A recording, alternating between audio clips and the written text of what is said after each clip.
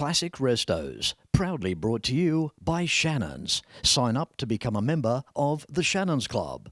Kenworth Trucks Australia and Pace Farm Eggs.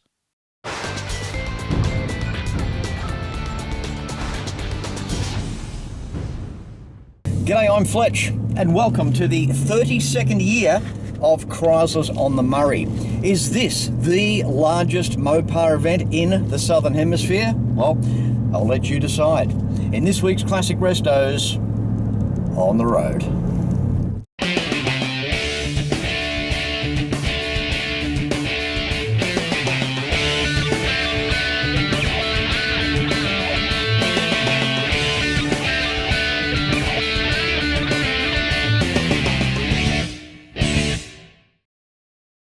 Welcome back, and another chrome-plated, jam-packed episode this will be. Chryslers on the Murray for 2025, and it's brought to us by the Albury Wodonga Chrysler Club. And we start here early Friday morning at the DECA. Turning up here at the DECA of a Friday morning has become a bit of a ritual to the Chryslers on the Murray event. It's a chance for entrants to test their driving skills around the track here and not out on the street.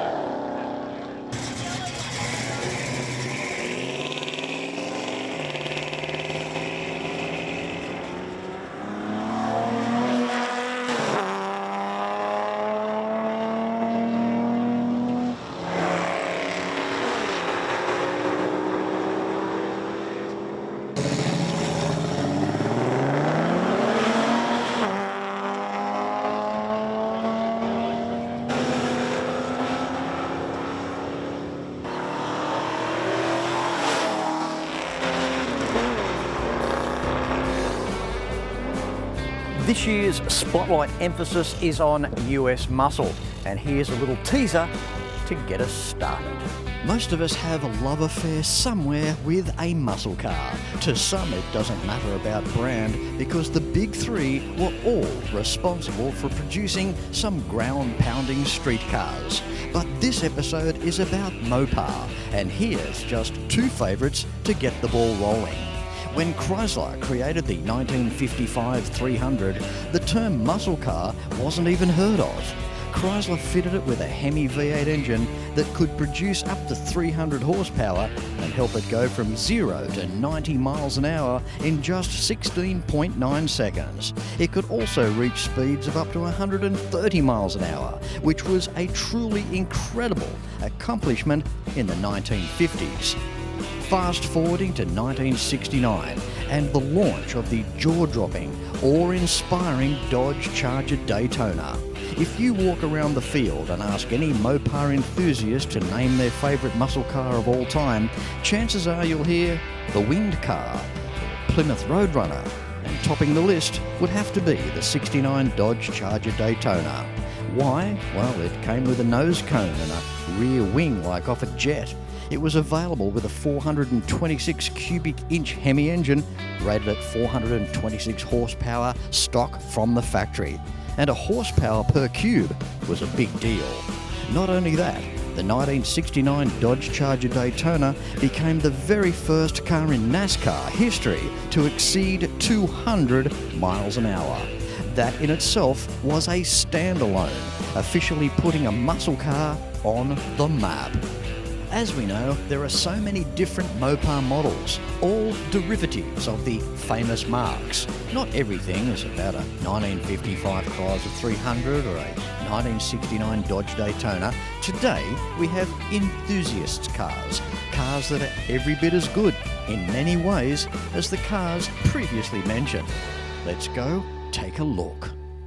Yeah, big event here, not a lot of time. I'm about to bring you one car that is going to experience a few laps out there around the track. Spotlight emphasis for this year's event is US muscle. How are you, Bill? Good, thanks, Fletch. So, mate, 1965 Plymouth Satellite. Nice car. How long have you had the car, first of all? About 20 years. I know, and it's been a work in progress, this one, isn't it? Yep. Now, back in 1965, of course, under the hood, what's lurking? A 426 Hemi. Now, back in the day, just to educate us, Bill, the Hemi was available in the 65 Satellite? Yeah, like a Belvedere 1, 2, 3. Yeah. Along the lines of the Savoy, those lines? Yes. Okay, and so the engine prior to this, what did it used to have in it? I was born with a 361 big block. Then I had a 383 stroker for a while, but hurt that. And the 383 stroker just wasn't enough, was it, Bill? Not really. No, this is a lot better.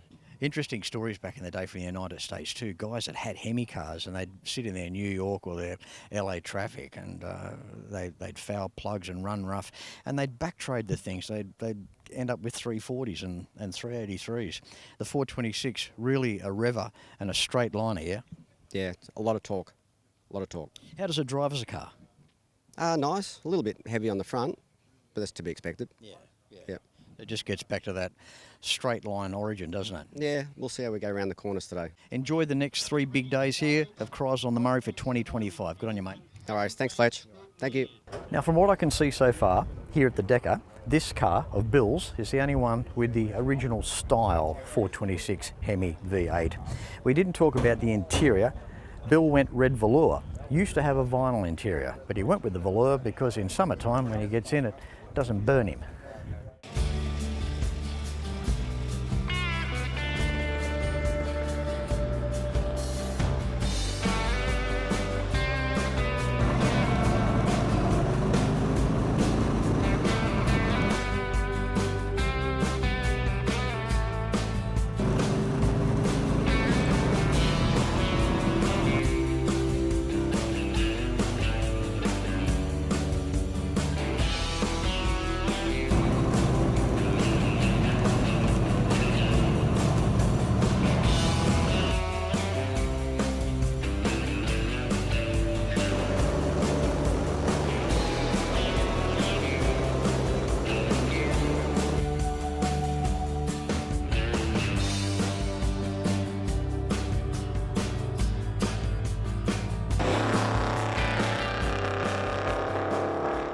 It's Friday afternoon and a big day out at the DECA. It's around 5 p.m. and everyone has returned to Gateway Lakes for the big reveal. Now these are beautiful cars. They can be original or they can be modified, and each reveal is a first timer here at Chryslers on the Murray.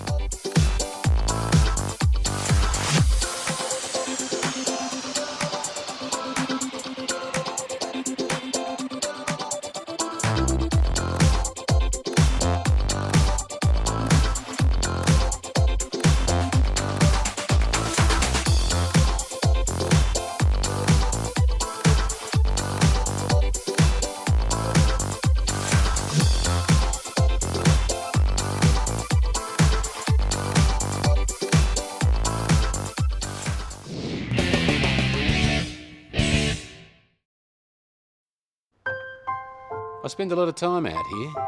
The RT Charger's the real deal, an E49. Remember A-Charger? I've always got projects on the go, so Shannon's laid-up cover helps protect my restorations. I'm Mopar through and through. It's a passion Shannon's understands. I wouldn't insure my cars and bikes with anyone else. Shannons, insurance for motoring enthusiasts. Call 13 46 46 for a quote. You know, there are many advantages of belonging with Shannons. There are insurance cover options that you may not be aware of. Why not pick up the phone and give Shannons a call for a quote and a chat on 134646, and you can always see more information at shannons.com.au. In 2025, why not consider a tour of Detroit, Michigan, USA with Fletch? Detroit, it's the Motown City, the automotive epicenter. Each day is wow, wow, and more wow. Imagine experiencing where automotive history on a grand scale began. Stay in fine accommodation, taking in some of the best museums and private car collections on the planet. Book your exclusive 2025 Detroit tour with Fletch. Enquiries at DetroitClassicTours.com. Day 2 of Chryslers on the Murray for 2025. Early Saturday morning, this is the main day, and almost 1,000 Mopars rolled through the gate behind me in 2024. And this year, that number is not too far behind. So the people come in, the cars come through. It's the annual pilgrimage where Mopar owners and friends alike catch up. It's the sounds, the colours, the shapes, just so much variance under the Mopar banner. These cars may have been the lesser in sales out of the big three in Australia once upon a time, but where they may have lost out in the sales, these cars make up for that in so many other ways. Even most Holden and Ford guys have a soft spot for a Mopar. And for the tiny population we have in a country the size of Australia, and for this many Chrysler and associated models and makes turning up, the popularity proves exactly that. American Motors and AMC, an integral part of the Chrysler history here in Australia. How are you, Alan? I'm very good, thanks, Fletch. That's the way, mate. Before we go on any further, just explain some of that history. Well, American Motors, it goes back to the 50s when Hudson and Nash merged. They became American Motors Corporation, and they lasted right through as what I call the small number for all the big three motor makers in America. And in 1987, Chrysler bought them, and American Motors sadly finished overnight, except for Jeep. That was a prize for Chrysler, and Jeep what it is today. Interesting stuff. This is the history. This is the stuff we like to find out about. Now, the AMC cars, American Motors, you guys turn up here every year very proudly here at Chrysler on the Murray. You display very, very well. The cars are outstanding. Now, your car here, Alan, a 1969 AMX. Correct. An imported one, as you see it. All I've done is put different wheels on it. I've wanted one for what you might say decades. And back in 2012, I thought, Alan, this year, now or never. Now, Alan, is this a Javelin? No, this is sometimes referred to as a baby Javelin. Okay. To try and cut a long story short, they made the Javelin in '67, competitor to the Mustang Camaro. Management want a more sporty car, so the bean counter said you can use Javelin componentry, sell 10,000 a year. So they literally cut 12 inches out behind the back door and the wheel arch, squashed it together, threw away the back seat, and hey presto, you have an AMX, which is the only name they could think of. American Motors Experimental.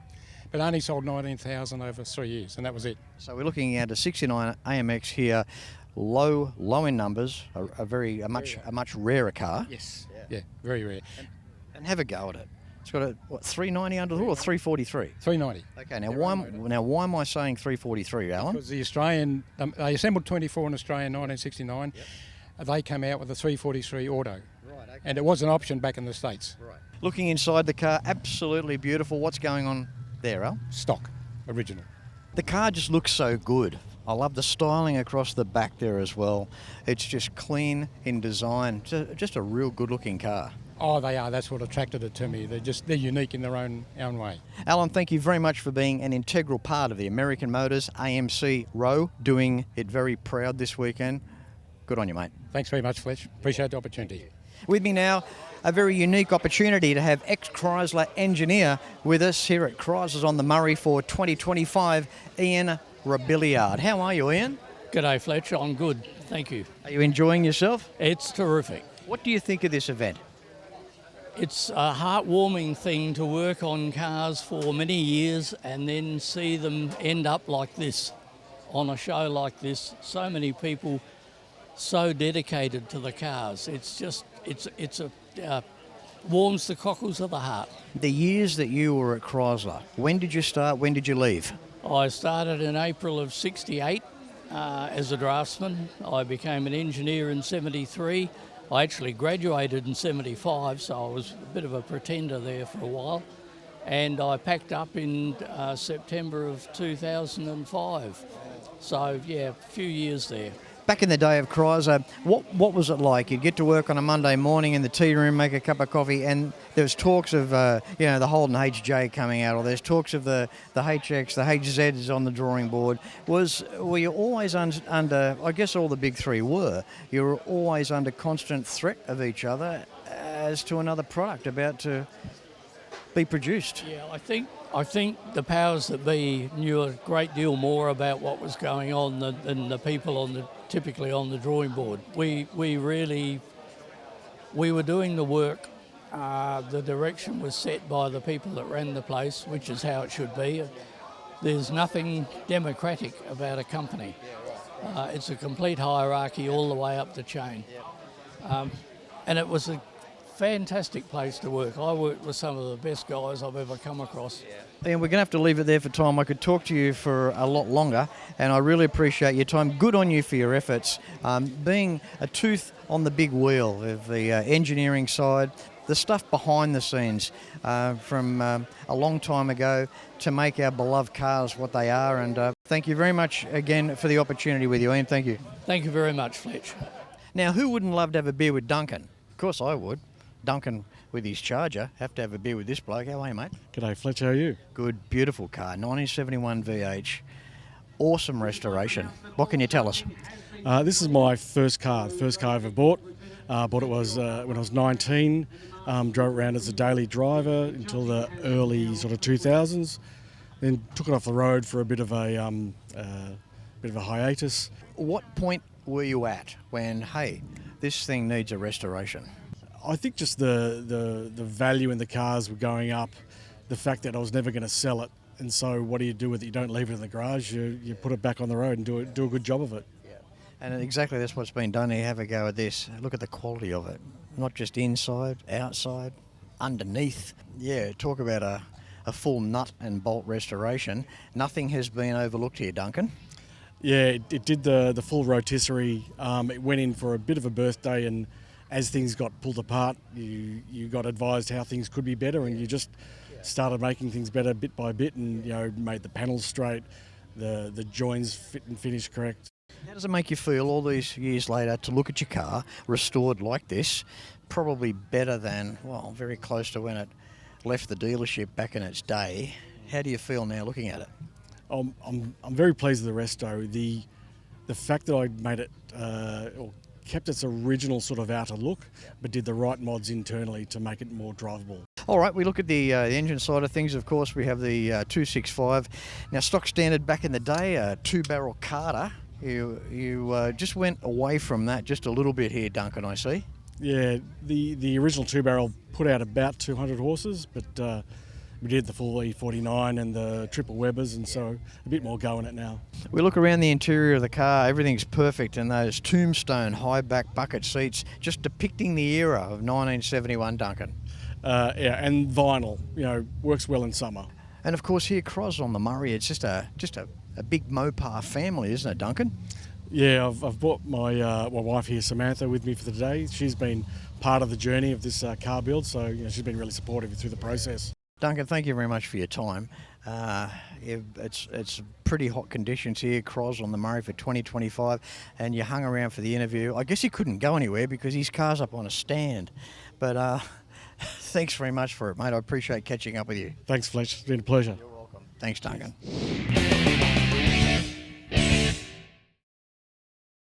When I was a kid, I loved cars, still do. The 57 Cadillac Eldorado Brougham was the most advanced car in the world. Cost more than a Rolls. Hand-built with a stainless steel roof, cruise control, electric seats, and would you believe, air suspension. American iron. It's a passion Shannons understand. That's why they insure my daily drive, the caddy, my bike, even the house. Call Shannons on 13 46 46. Shannons, insurance for motoring enthusiasts. Your story began in 1971. It's part of an endless tapestry that tells the story of our nation. It connects innovators to artisans, forests to houses, from the largest of operations to the smallest of outcomes. It's heritage. It's a legacy. Early day 3 Sunday of Chryslers on the Murray for 2025, and it's time for a Pro Street car. How you doing, Andrew? Good, Fletch. Nice to see you here. Thank you, mate. You had fun this weekend? Love it. Love it. It's an annual pilgrimage to Albury. Come up with the boys with our cars, and love to have the they catch up with the other guys that we don't see across the year. This 1966 VC, when I saw this in the paddock yesterday, I thought, tomorrow I've got to get that guy. This would have to go down as one of the nicest examples, Andrew. Thank you very much, Fletch. It's nice to hear that. What I love about it is you look at the car on the outside, aesthetically, it looks fairly stock. It's a beautiful car. Look at this combination here, burgundy red, black roof and a grey interior. It's absolutely beautiful. Okay, so give us the rundown on the mechanical specs first. It's currently running a stroker in it. It's running a 318 stroker. It's got a full manualised torque float box in it, 904.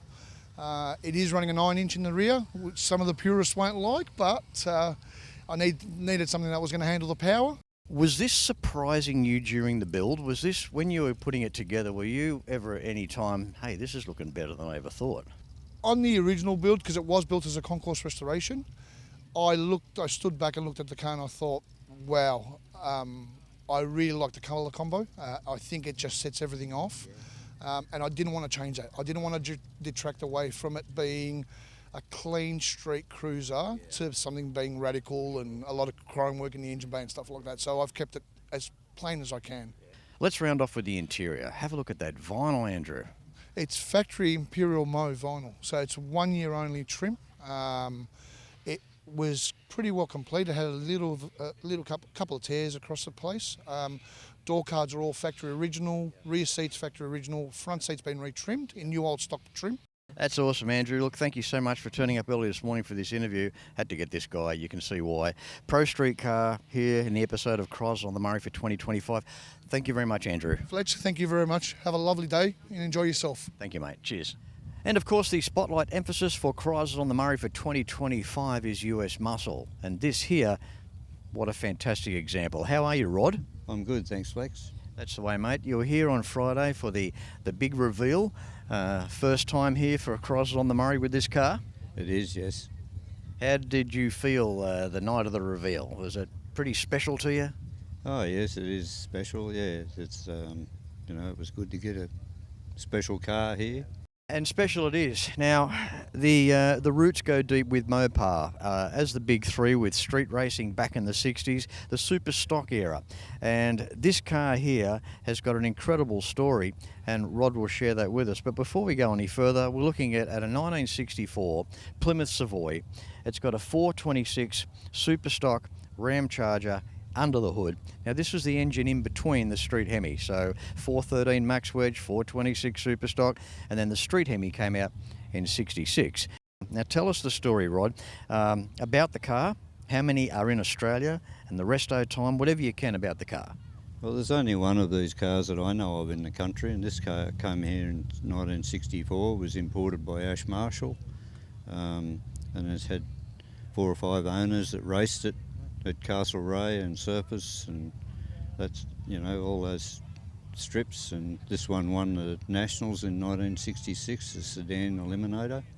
Then it sat for about 35 years, I think, before I got it, and it was in pretty poor condition, been raced and well raced, I should say, in its day. Had, you know, a lot of modifications and that sort of thing. The rear quarter panels were chopped, and you know, it was a bit of a mess when I got it. But it's taken 10 years on and off restoration.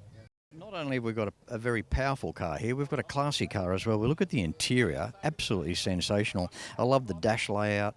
It just typifies 1964. Also, what Rod has done in the trunk area as well, with some magazines from the time as well, with the Nationals there and the pictures. And wow, what a time, eh? Yeah, it was great times. I think I was about 12 or 13 or something when I first seen the car race at Castlereagh. All right, Rod, thank you very much for your time. I'll let you enjoy the rest of Chrysler on the Murray here for 2025, Day 3 Sunday, and I hope you have had a great weekend, Rod. It is a great weekend. I'd like to thank all the people here at Chrysler on the Murray for their organisation and everything. I've been coming here for nearly 30 years, and you know, it's always a great event. One of the largest car shows in Australia, put on by one of the smallest car clubs. That's correct, yep, yeah. Okay, doke. Cheers, Rod, good on you, mate. Thank you. Time for Christine now. Not so much for, about the car, but it's got a beautiful story. Share that with us, Christine. Yeah, so Dad bought this car. It's his second car. First car was an Austin 7. He bought it early 70s, drove it around as his, daily drive. I was born into Chryslers, literally. I actually came home from hospital in this car. And so the car's been in the family since that early 70s. Dad ended up when when they expanded into Land Rovers, he sold it off to his younger brother. He drove it for a while, I think kind of wore it out a bit. And then it sat in a shed for a couple of decades. And Dad bought it back in the early 2000s, restored it over about, 6 or 7 years, and had it ready for my younger brother's wedding. Make the most of the rest of the day, Christine. Yeah, Thank you for sharing that lovely story. Yeah, no, lovely chatting. Doesn't get much better than that. Being born, brought home from the hospital on the back seat of the car, that's pretty cool. Thanks, Christine. Thanks very much, Fletch. So that's it for one of Australia's largest Mopar events put on by one of Australia's smallest car clubs. It's thanks to the Albury Wodonga Chrysler Club. This year's spotlight emphasis was on US muscle, and like every year, the spotlight emphasis never fails to please. Over 800 Mopars were here in attendance, along with thousands of people, entrants, their families, and the locals combined. This was Chryslers on the Murray for 2025, and I hope that you enjoyed just some of it. So, until next week, no matter where you're watching Classic Restos from, please ride and drive safe. I'm Fletch. Thanks for watching.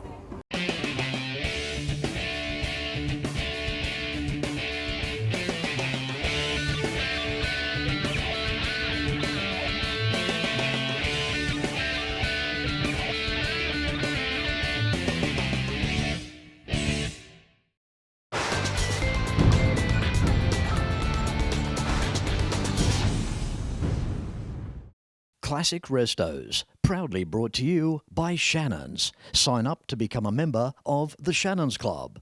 Kenworth Trucks Australia and Pace Farm Eggs.